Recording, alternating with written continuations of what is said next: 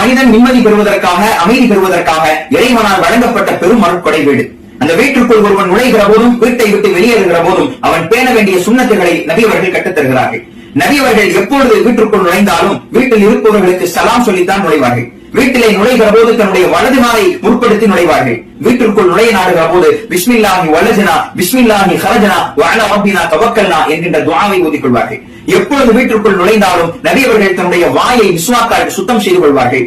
நபி அவர்கள் பயணத்திலிருந்து திரும்புவதாக இருந்தால் அது இரவு நேரமானால் வீட்டிற்குள் நுழைய மாட்டார்கள். மஸ்ஜிதிலே தங்கி மறுநாள் காலைதான் நபி அவர்கள் வீட்டிற்குள் நுழைவார்கள்.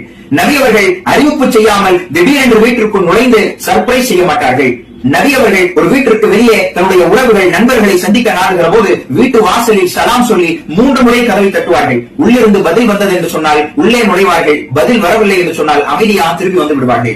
எதிரை இருப்பதை போல வெள்ளை அடித்து அடித்து கையோடு கலட்டி விடுகிற வளமை